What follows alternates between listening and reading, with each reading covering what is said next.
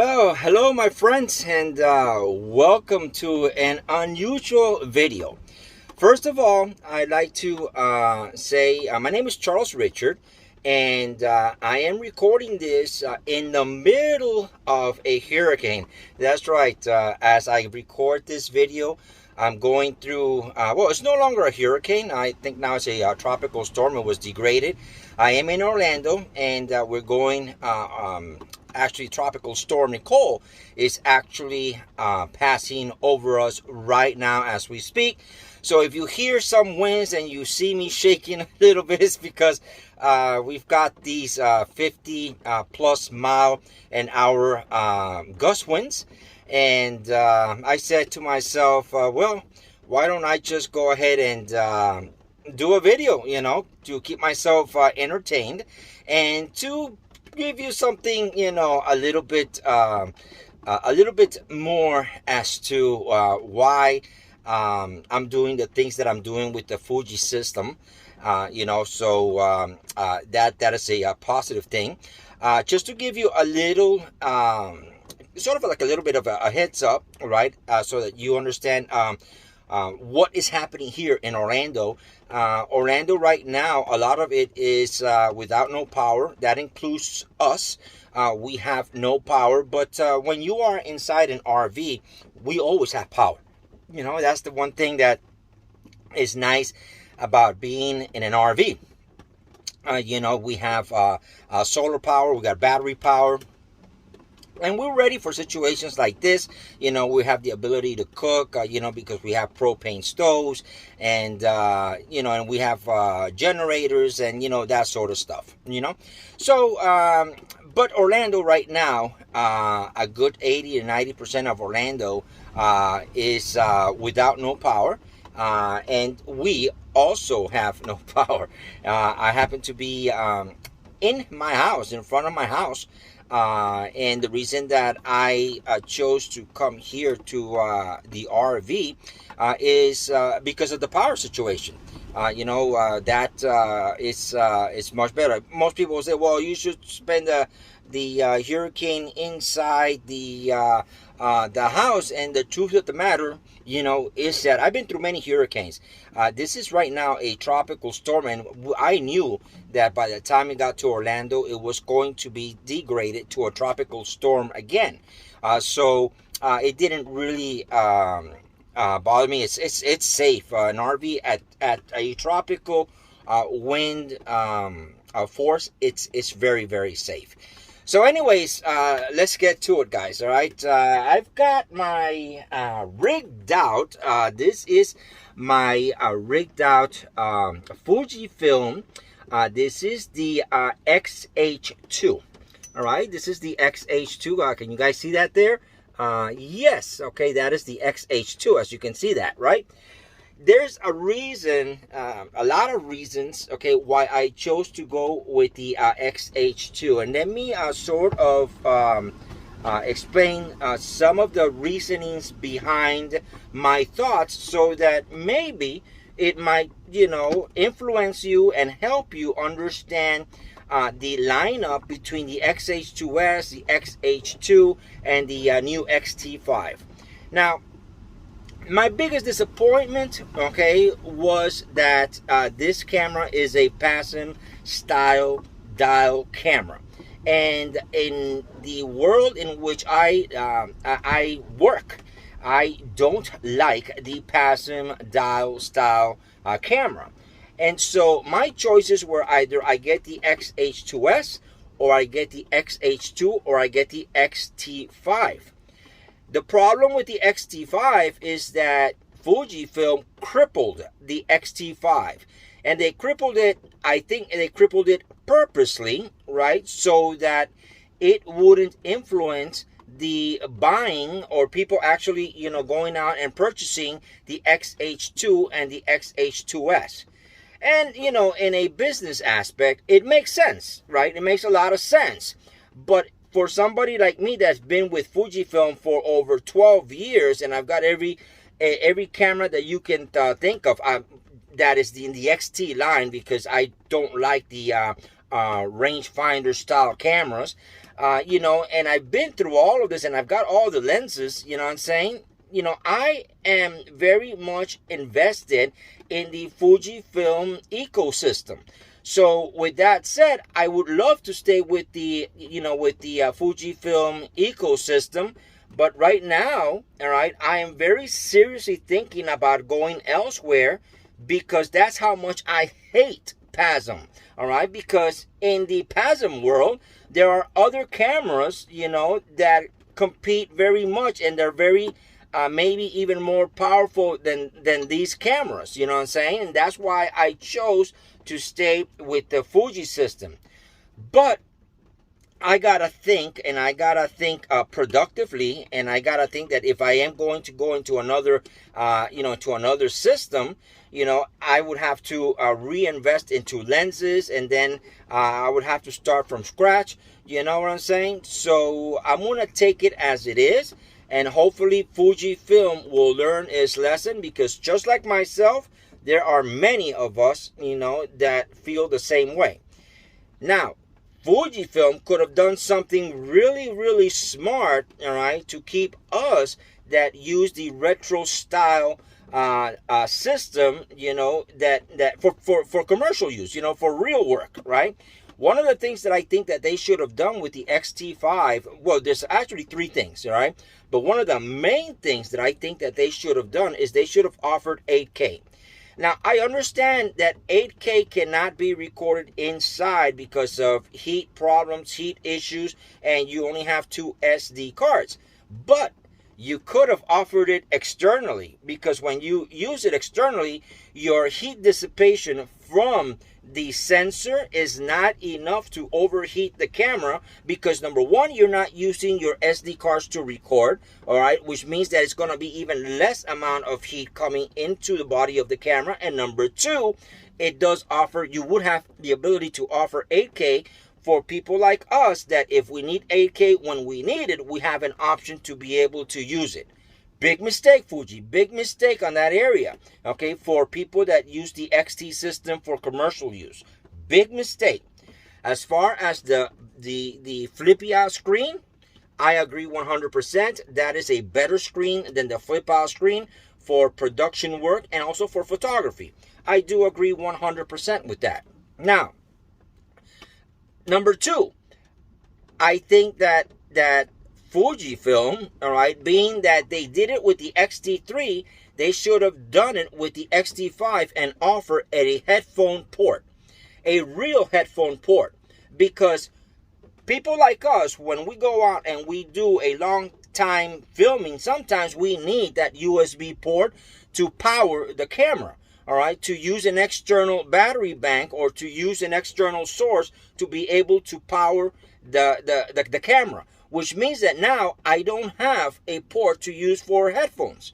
All right, come on, Fuji, you need to get your stuff together. You know, seriously. All right. Now, point number three, the HDMI port. The HDMI port, you should have gone with a full-size HDMI port. Maybe there's not enough room for an HDMI port. Okay, I don't know. All right, because I'm not a Fuji engineer. So that is you know, possibly, you know, it's borderline. But those HDMI ports that you have on the XT systems, you know, they break easy. All right, and so we need rugged cameras. All right, so that goes beyond anything. As far as a battery grip, you don't, you know, I agree with what you did to eliminate the battery grip, because the new battery, the WS235 battery, is good enough, all right, to be able to do, you know, long time film production recording. You know, you're not going to run out of battery. You know, it is a very, very good system, you know, and so I don't see, you know, using, you know, a battery grip. I don't see the pluses of a battery grip. Oh, because now you want to turn it vertically, and you have a better way, you know, to shoot and handle it, you know. Well, you know, it's a little bit uncomfortable to shoot vertically, you know, but you know what? I prefer that the option, okay, that you gave us, you know, and say, well, we don't need a battery grip, and they saved us some money or whatever the reason was behind that, you know, I'm okay with it. Believe me, I'm okay with it, because if I need extra battery, I will put an external battery, and the external batteries that I use, you know, are awesome. They're this small. I use the Jupio batteries. These are 10,000, okay, 10,000 milliamps, 10,000 milliamps. I plug this battery, all right, right into the USB, and I go for days, okay, without running out of battery, because this battery will keep the internal battery charged. And believe me, I have never ever run out of battery, okay, with these little things. And they are only like $60. All right, they're better than all those that people, you know, say adding a V-mount battery and all that stuff. This is the way to go. Why? You also have, you know, you have three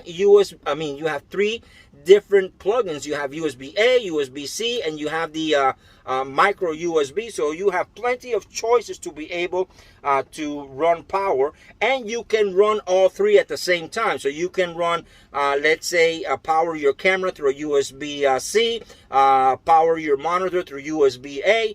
You got plenty of power with these, you know. And so definitely, I've got two of these, and they work really good. All right, so let's go back to the camera, to the X-H2. All right, so I chose the X-H2 over the X-H2S, and it doesn't have to do nothing with pricing, and has to do with the fact of 8K.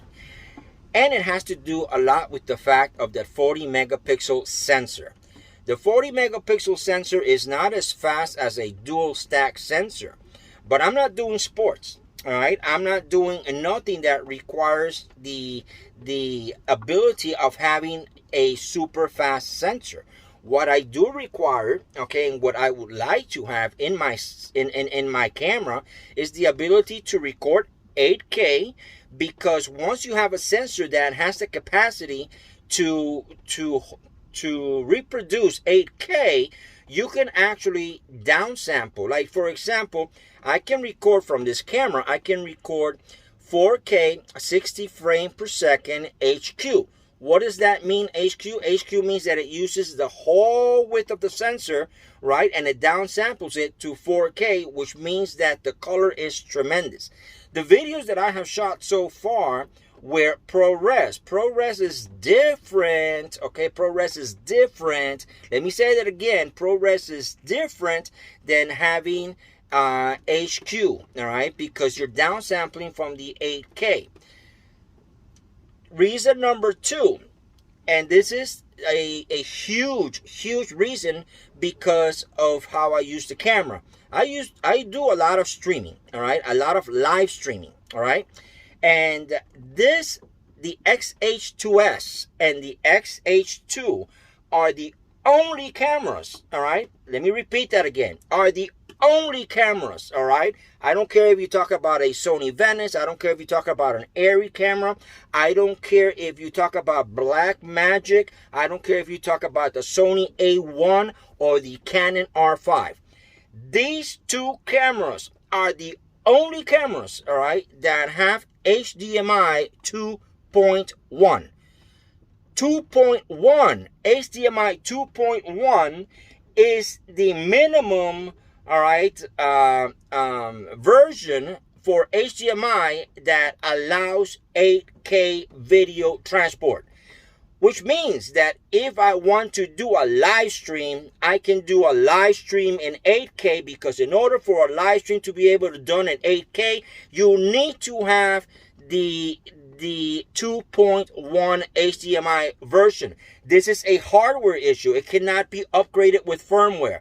It has to be embedded in the hardware.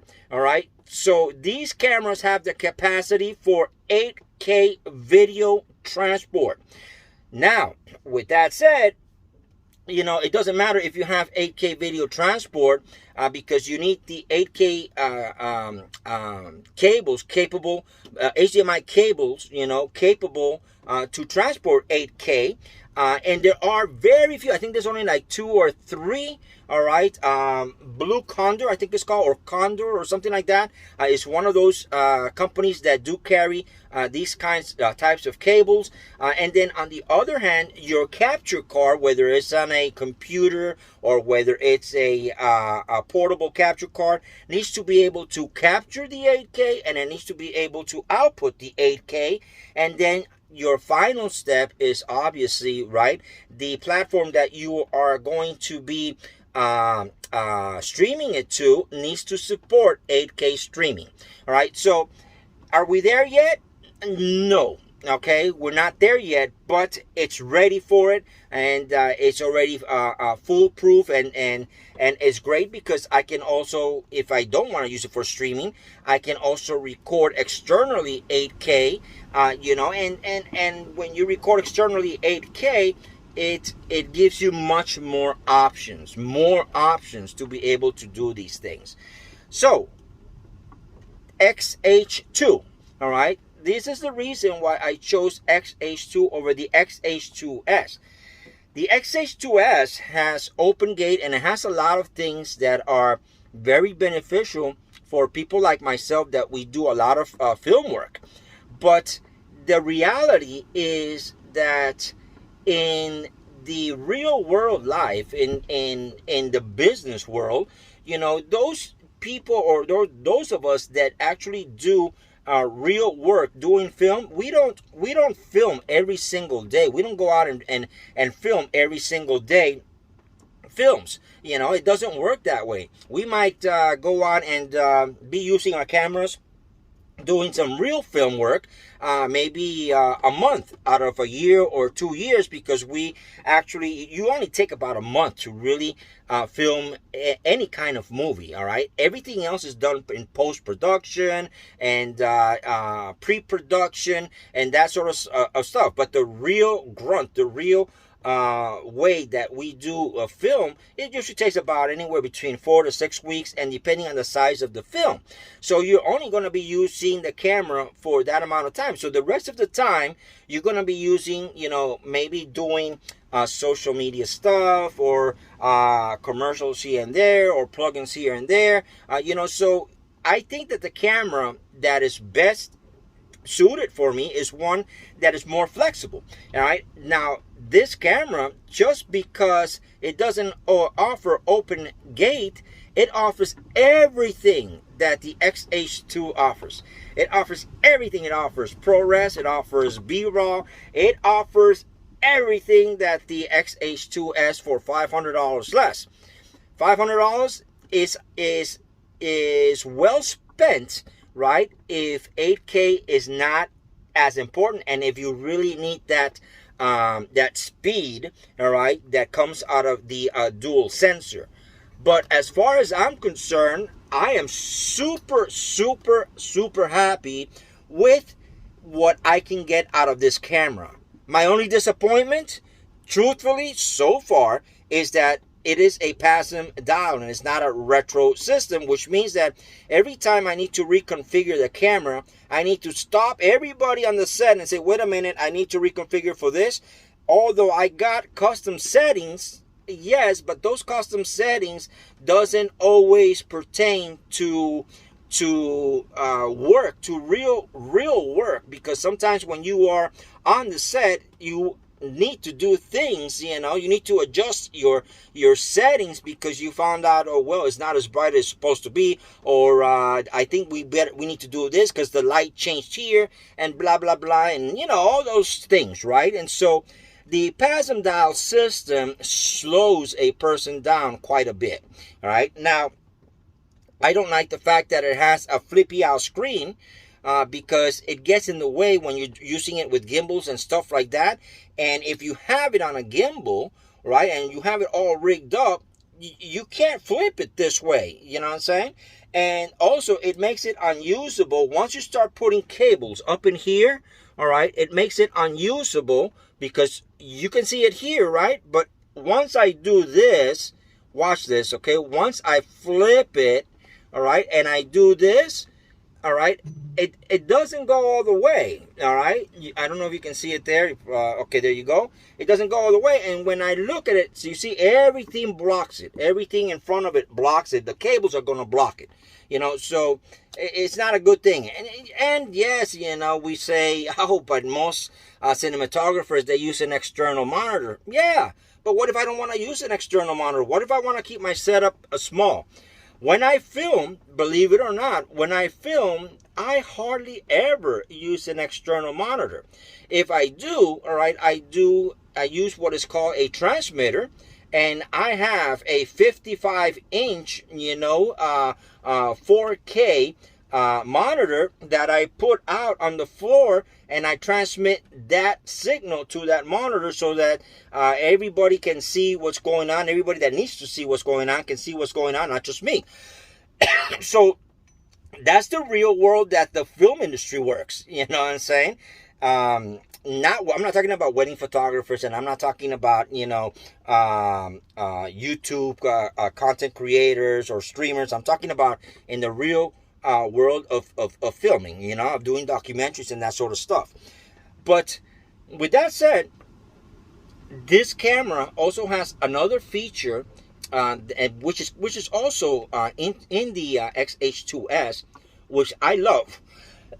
I love, and it has what is called a I think they call it like an electronic zoom, which means that under certain settings, under the HQ setting, for example, I can set this camera to have zoom, which means that if I have the 80mm macro, which I love to use, I can actually zoom 1.5, meaning that now I will be able to extend my 80mm lens, all right, you know, which is an equivalent to 120 full frame.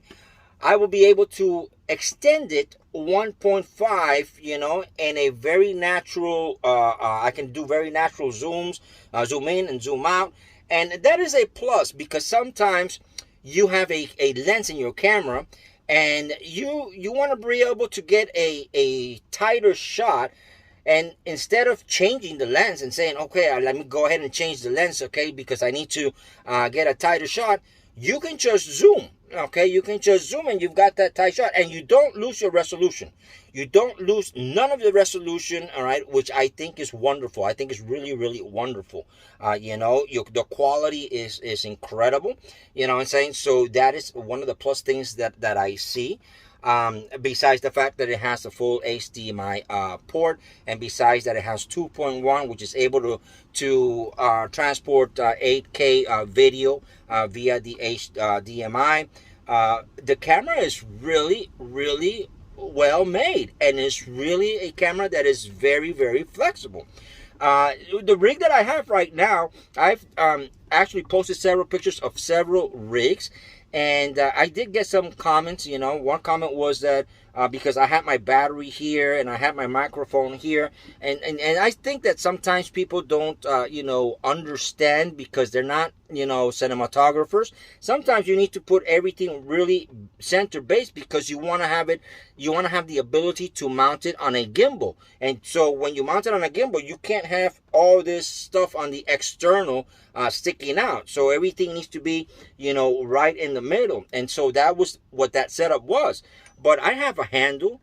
I have the on this particular one, I have the Rode, you know, the Rode microphone, and it's not better than the other microphone that I use, which is a condenser microphone. I use this microphone that you see right here. This microphone, I think, has a, oops, wait a minute, I'm sorry. I think it has a much, much better sound than this. But I have one problem with this microphone, all right? For example, the last video that you guys saw, this microphone, I don't have any way to really adjust the volume on the microphone. The only thing that gives me the ability to adjust the volume on the microphone is from the camera itself. With this microphone, all right, I have the ability to lower it, you know, by I think it was by 20 decibels, I think, or 10 decibels. Let me see. Let me take a look real quick. It's 10. I'm sorry. Okay, so I have the ability to lower it by 10 decibels, and I have the ability to increase the gain by also by 20 decibels. The gain is 20. The decrease is 10, and it's got low pass filter. And so in a scenario like I was, which the music was super loud, all right, even the ability to lower the volume from the camera was not enough, so I needed the extra boost and the extra help that this microphone gave me, and that's why I was able to record the video that you saw of the School Rock, the Oviedo School Rock, and it wasn't distorting, it wasn't overpowered, it wasn't creating any kind of nasty noise, you know what I'm saying, nasty sound. All right, it created a half decent sound, not really what I wanted as far as sound, as far as the quality of sound, but in the situation that I was in, it was the best thing that could be done, and this microphone actually saved me in that scenario. So I do have this microphone. I've had it for a while. It's a very good microphone. It is a 9-volt battery powered microphone. So my setup that I have is I've got this microphone here, and I've got my handle. I've got it rigged up. If you can see, I also have a half cage. I used to buy full cages. All right, guys, and here's another one. It's just a little, a little help, a little suggestion. Take it as you want, right? I used to buy full cages for cameras. The reason why I decided to stick with this was two reasons. First of all, the only company that's making cages for this camera right now is SmallRig. And the SmallRig cage has a deficiency. And the deficiency is that when you put the handle, your cage on the top part is sort of weak, and it you can see it bend. All right, and so that was a sort of, I didn't really like it. But the other reason that I like this cage more is this is a half cage, guys. All right, this is a half cage made by Camvate. I don't know if you can see it in there or not. All right, but anyways, it's made by Camvate. All right, and so the reason that I like this cage is because guess what? All right, I can use this cage on an X-T4. I can use it on a Sony. I can use it on a Canon. I can use it on an X-H2, on an X-H2S. It's adaptable. I can use it on any camera. It is not camera specific, right? Which means that if you have several cameras, several styles of, or several models of cameras, right? You don't have to buy a cage for every single camera. You can buy just one cage, and you can adapt it to whatever camera you want. It has a top plate which mounts on the hot shoe of the camera to give it a little bit more support, and it's got a beautiful bottom plate. Now, one of the things that I use on this camera, because I do a lot of vertical stuff, is I mounted, if you can, let me see if I can give you a better look. Okay, I mounted, you can see this is the bottom plate of the Camvate, all right, the half camera cage. I mounted an L-bracket. You can see it right here. This is my L-bracket, and you can see it coming right there because it gives me the ability that I can now take my camera. You can see it there. Okay, can you see it there better? All right, you see that? All right, that if I need to mount my camera, I can mount it this way. All right, and so when I mount it this way, you're gonna see the microphone does not get in the way because you see my mount is back here. So the microphone does not get in the way, all right, of mounting this on a tripod in a vertical mode, all right, and you can see it here. All right, let me see if I can see. You can see it there. All right, so, and it doesn't get in the way of my handle neither because it's mounted a little bit towards the back.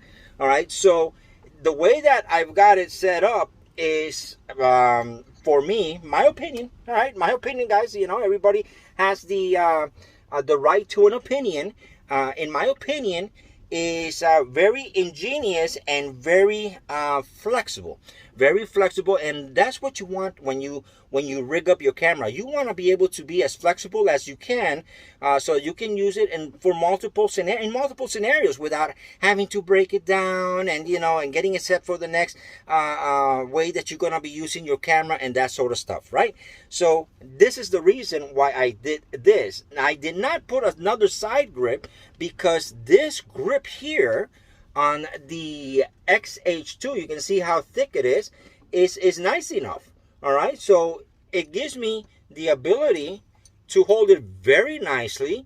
And what I do, just like any real cinematographer does, is this provides you an additional support for stability. So when you stretch it out and you're using it this way, you can see that I have stability because I got my neck serves as a third point of stability, and it actually works really, really super nice. It really does. You know what I'm saying? And on top of that, the IBIS in here is really good. The autofocus is wonderful on this camera. It's 100 times better than that of the X-T4.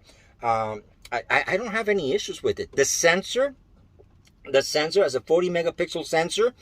The colors are beautiful. Now, a lot of you guys that know me know that I prefer the sensor previous to the X-T4, the one that the X-T2 had, over the sensor that the X-T4 has because of the colors. I like those colors better. But with this sensor, okay, this new sensor, I prefer this one.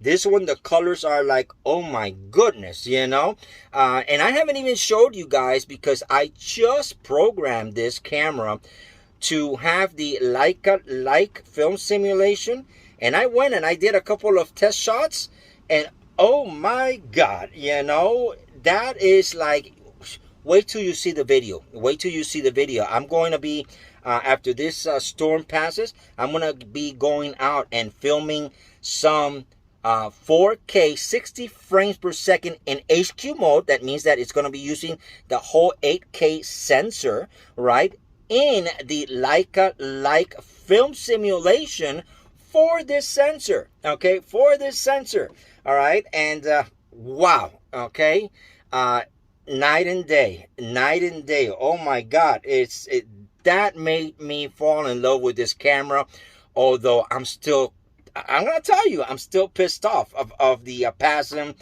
dial feature, but everything else is wonderful. It's wonderful. My opinion, if you are a content creator and you want to be able to expand your horizons and you are looking into the Fujifilm system, unless you are doing real film work, real cinematography work, I'm not talking about filming commercials, all right? I'm not talking about anything else. I'm talking about real film work. The X-H2S is better.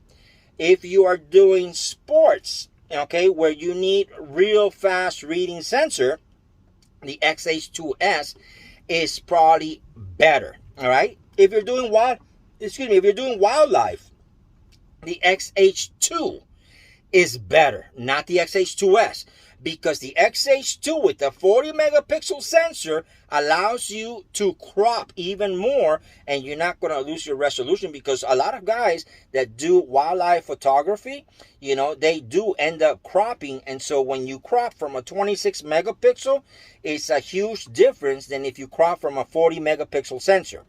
This is the only APS camera, all right? Not even the R7. The R7 has a 32 megapixel.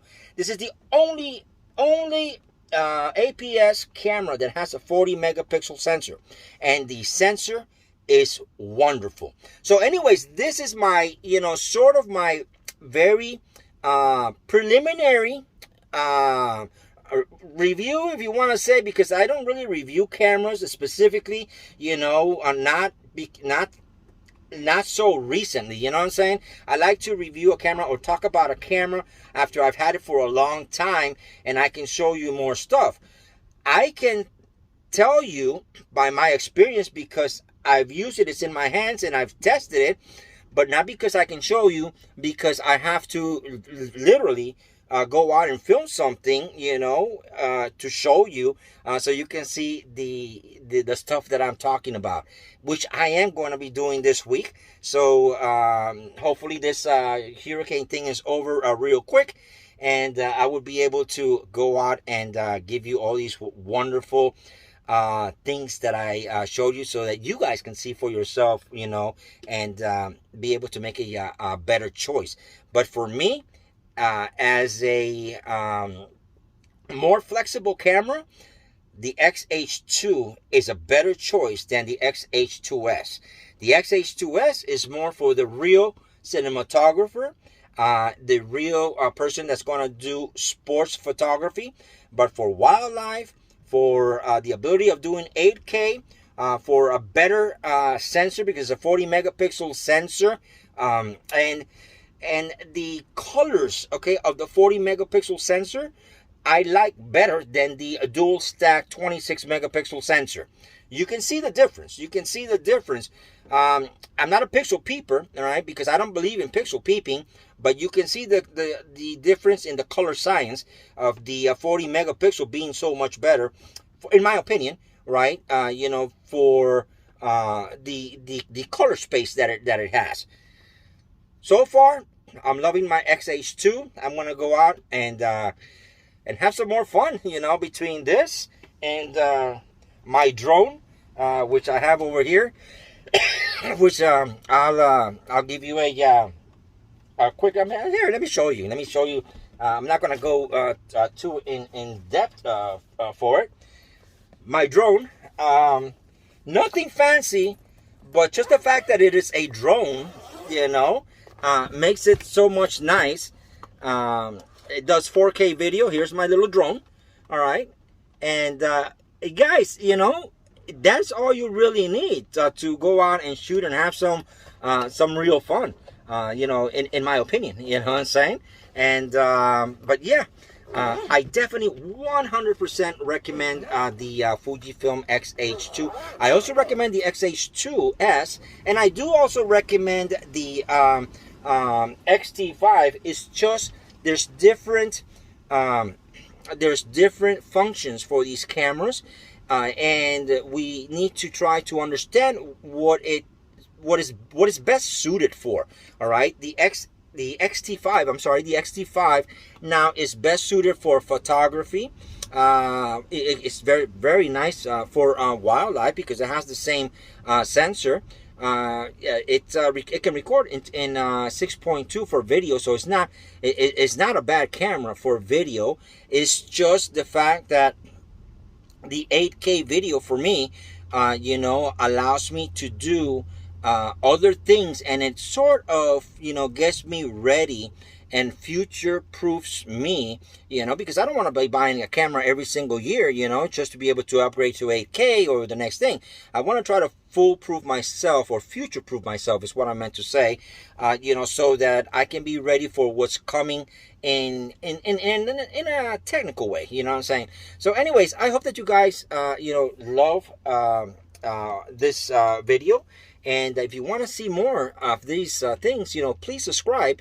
Subscribe, because I'm going to be posting a lot of stuff with film simulations, with not only in photography, but also in video work with this camera, that might help you. All right, it might help you, or it might at least give you some ideas as to the things that can be done with these cameras. So until the next time, be safe. Know that we are safe. I am safe. I'm in the middle of this tropical storm, Nicole. That's why you see me shaking a little bit. The van is, the RV is actually shaking a little bit. But it was a lot of fun to actually record this while in the middle of a hurricane. All right. Bye-bye.